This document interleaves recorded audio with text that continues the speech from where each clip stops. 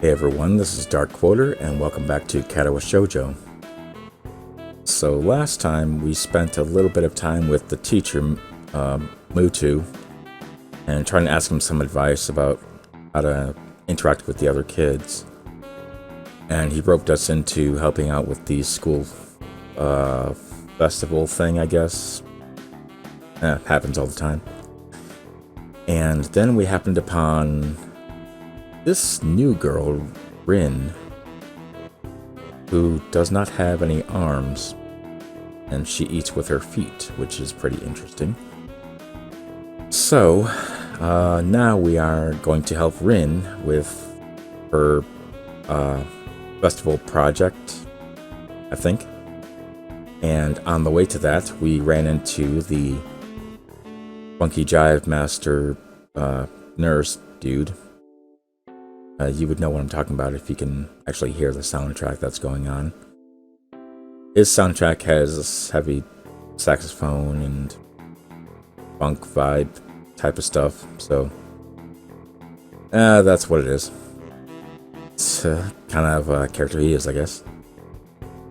Still kind of struggling with the voices, but I'm, trying my best, pretty much, so. Let me know how it's going, what you think I can do to improve, that kind of thing. Otherwise, let's get into it. I give up and drop the can to the floor before answering him. Apparently this takes longer than my biceps can handle. And if you don't remember what can I'm talking about there, she's doing some kind of a art and or painting project and she needs a can of paint for it, so I was carrying it for her since she can't carry it, obviously. And yes, cans of paint are heavy.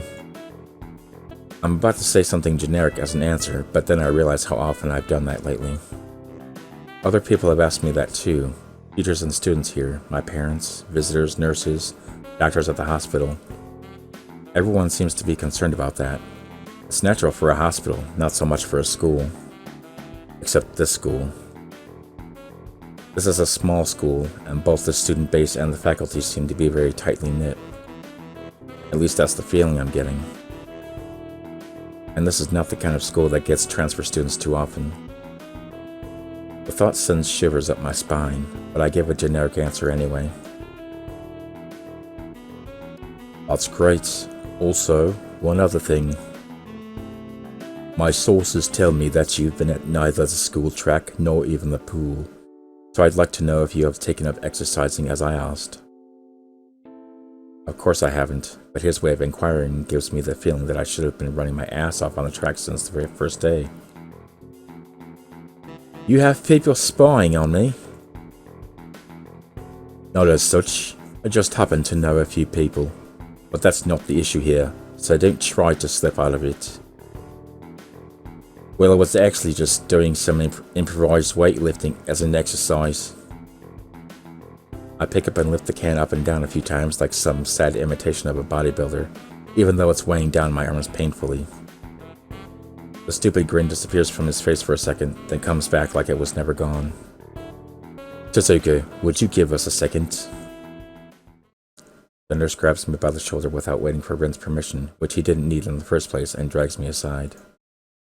When I told you to exercise, I wasn't joking. I understand that you are still on your first week and all, but please don't ignore the importance of this. The reason I'm coming down this hard on you is that habits are not easy to form.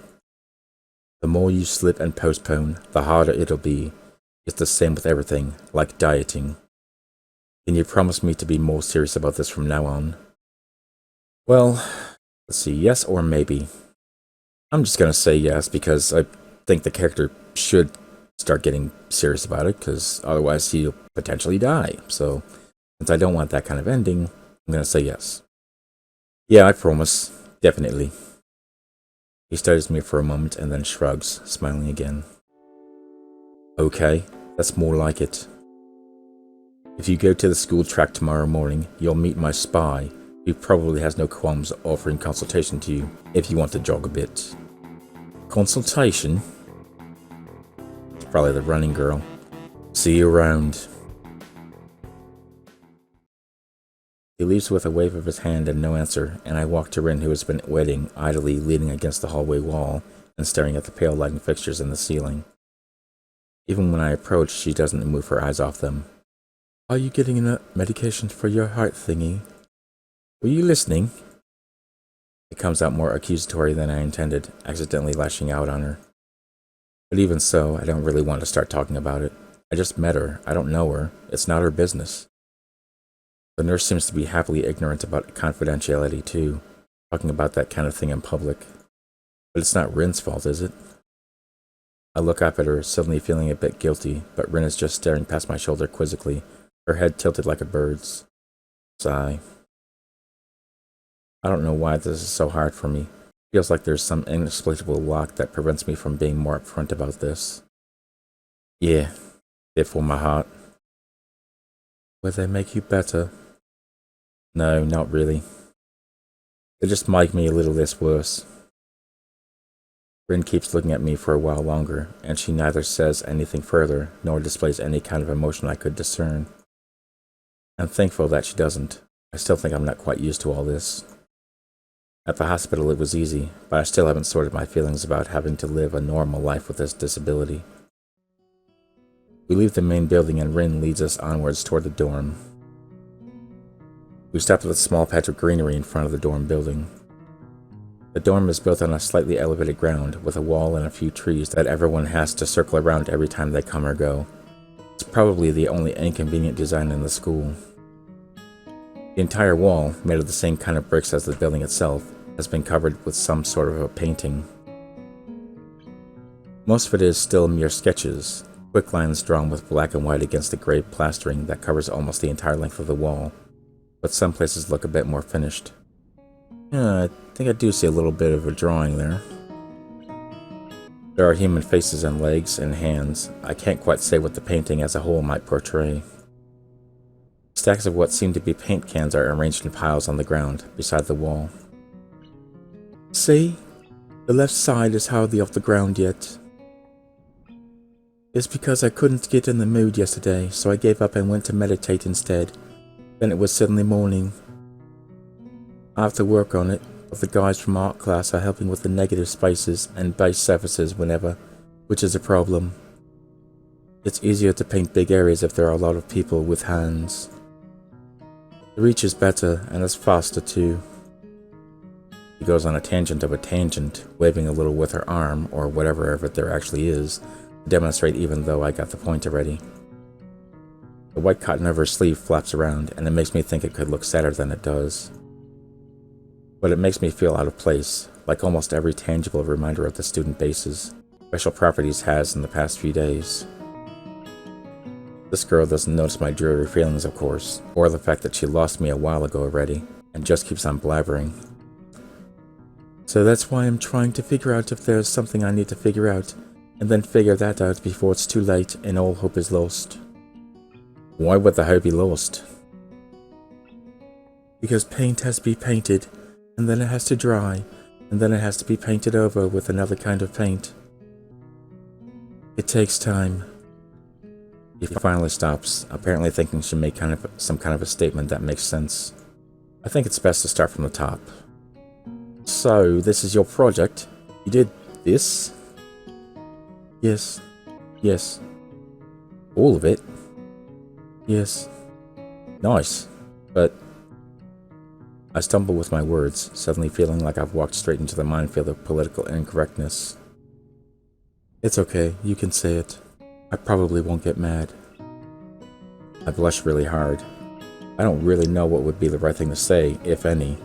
It feels that I'm way more sensitive than Rin is, though. This is really awkward. Don't you want to ask? How do you paint without hands? See, I'm an easy person to talk to, right? With my feet. I almost guessed that already, but isn't that hard to do?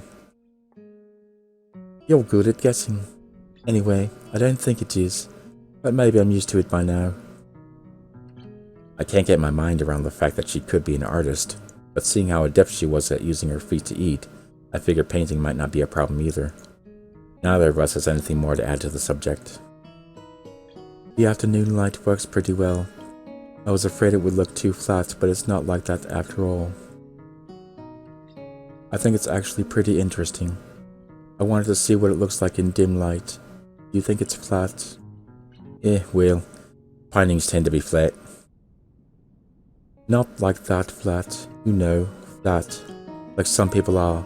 No substance, no meat where there should be some. I know if you... Okay, I get it, but I couldn't really tell. I'm not that good with art.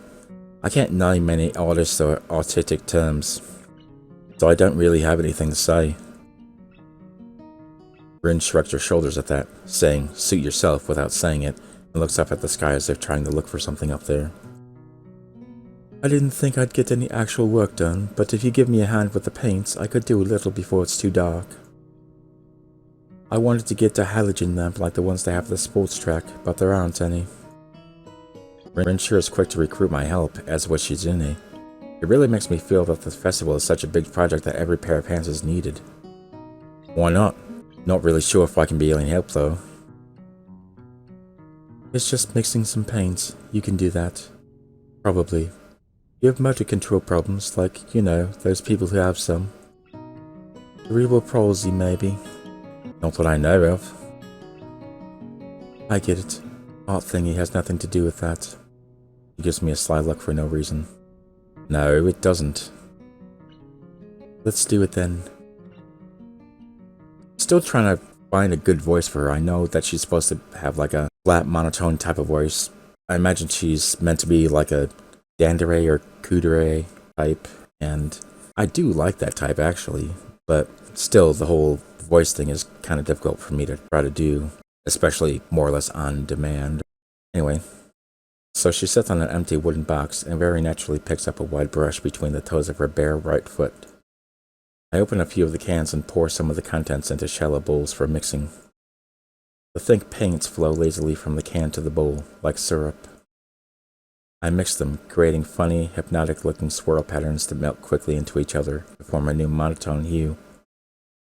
Rin sets to work, every now and then asking me for a hand with something or the other. Finding different brushes is easy enough, but mixing the paints to be the exact tone this girl is apparently seeing in her head is a frustrating ordeal. She wants precision down to the last milliliter before she is satisfied, but her instructions are obscure at best. I'd have a splash of green. I crouch down and pick up the can of bright green. The other green. This green. I carefully pour some of the other green paint into the mixing bowl. No, that's almost a whole splash. More white. Is green a good color to add? No idea. You're the artist here. A hint of smile appears in the corners of her mouth. Do you lack an opinion? No, it's just that I have no idea. It's okay, because I just got an idea. Add more white. With this exclamation, I pour a minuscule amount of white into the bowl and mix it. It looks slightly whiter. That's not good. It has to be like the color when you wake up and you know that you saw the meaning of life in your dream but can't remember it. Maybe it's yellow. Despite the impossibility of mixing a color like the change of seasons or any other nonsense that's being imposed on me, I find myself enjoying it more than I thought I would. Seeing a painting being born on the plastered wall feels like magic. I spend the moments I have between mixing paints crouching down on the paving and just looking at her work. It feels slightly intrusive at first, like breaking some imaginary intimacy, but Rin doesn't seem to mind the least bit. Maybe it's just in my head. Her entire presence emits a completely different air as she patiently works the details, adding layers of paint on top of other layers of paint, steadily moving her foot across the wall to add new shapes. When I manage to produce a passable mixture of paint, the rare smile on her face is oddly rewarding. Apart from the few words when discussing paint mixes, neither of us says a word for the longest time. And even those short discussions soon evolve into a shorthand, both of us developing and using weird impromptu code words for various paints and hues, as if there was some need to converse words and breath and sound.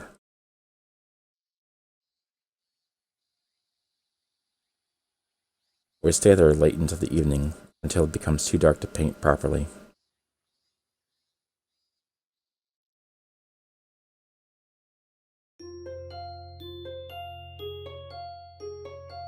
Katawa Shoujo, the TV series. Just kidding.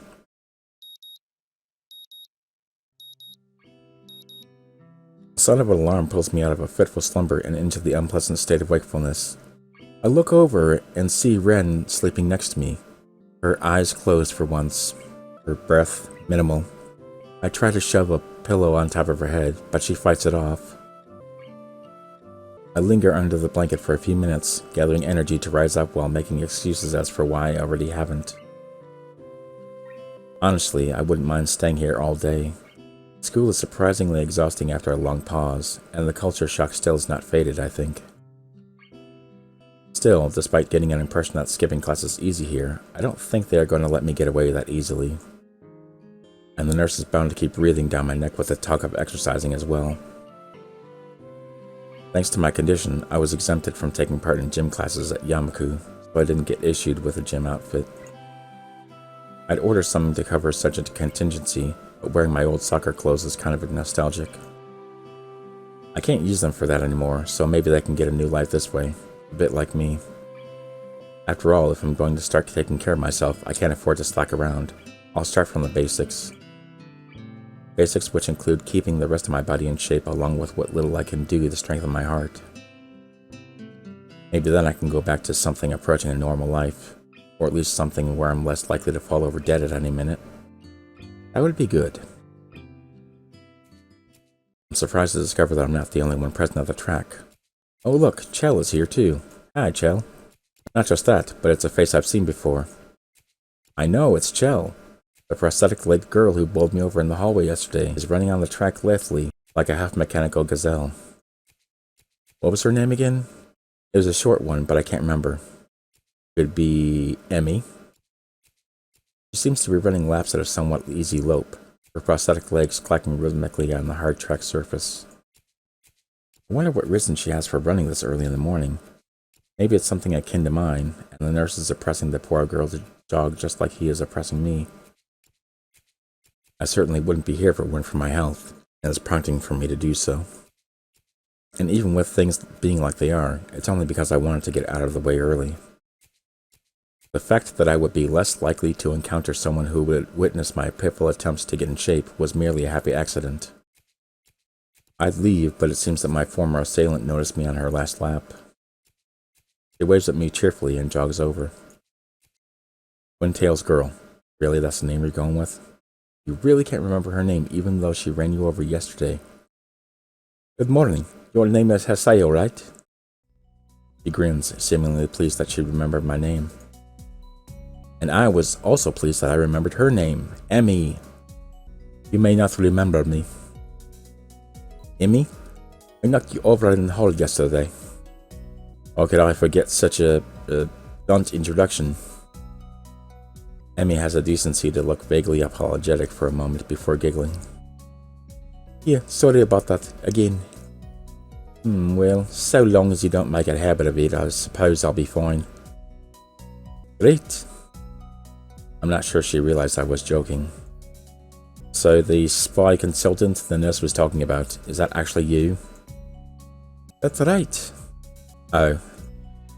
I was expecting someone from the nursing staff, to be honest. What, are you saying I don't look like I could be a spy? No, this is more like a relief. I was afraid it would have someone to watch my every move. Unless you are here to do exactly that. No, I'm here for my own reasons. The nurse just asked me if I'd seen a messy-haired transfer student who looks like he's kinda lost around the track. So why are you down here? Emi strikes a dramatic pose. Training. For what? Track. Ah, I see. You're on the track team then. Emi nods enthusiastically. Yep, I'm one of the better runners too. And modest about it too. Hey, you should join up. It's good exercise, you know. I think that much activity is probably out of the question for me. No, I'm not even sure that I really like running all that much. Plus, I'm just not into organized sports, you know. It's true, I never really even got that much into soccer. I mean, I'd run around with my friends and all, but that was really the only reason I ever played. It wasn't for the glory to be found on the field, that's for sure. Emi seems to understand my meaning. I see. Not that it's the whole organization thing. But now that you're here, I guess we're going to run together, huh? What? Sure, I guess. Emi seems pleased. Are you going to warm up? Real men don't warm up. Oh no, you should always warm up. Bad, Hisao. She scolds me enthusiastically, but then smiles and leans closer. That's pretty close. I hate warming up too. She laughs suddenly. Heck, and I don't even have to stretch my legs. As if to confirm her statement, she bounces up and down a couple of times, giving a passing impression of standing on a pair of springs. Her leg blades seem to be quite elastic. Let's go! So we both take off around the track, and I can immediately see that she wasn't lying about being good at running. Emi moves fluidly, throwing herself into the run with a sort of wild abandon. I find myself concentrating more on running properly. Hands spread, right? And something about hitting on the balls of your feet rather than the heels. Try to match my stride to Emi's, but it's pretty difficult. Apparently I'm not very good at it. Maybe Emi could help me with that sometime. I'm really not feeling up to more than a couple of laps today and slow to a walk pretty quickly. Emi keeps running and doesn't seem to notice I've stopped until she passes me a second time. She quickly skids to a halt, breathing steadily in contrast to my own somewhat gasping demeanor. Finished already? I hang my head ruefully. Yeah. I'm not in very good shape right now. Emi nods and then grins at me again. She seems to do a lot of smiling. Well, the important thing is you started, right? Next time, you just have to try to hold out longer, and then longer, and eventually you'll be great. I'll keep that in mind. But I think right now I'm going to go get ready for class. Shouldn't you? Emi shrugs unconcernedly. No, I've got plenty of time. I notice that she's not wearing a watch. Are you sure? Another careless shrug. Not really, but I've got to finish my routine. See you later, Hisao. Yeah, see ya. I'm not sure whether this morning's experiment was a success or a failure, but I'll admit that I do feel slightly good about getting out there this morning. And just like Emi said, I just need to keep at it in order to get better, right? Practice makes perfect, or something like that. It's nice to at least feel like I've taken some semblance of control over my own health. I'll have to try to keep this up. Alright, well, I've been recording for a while, so I think this is a good time to stop. Anyway, thank you guys for watching, keep being cool, and I'll see you next time.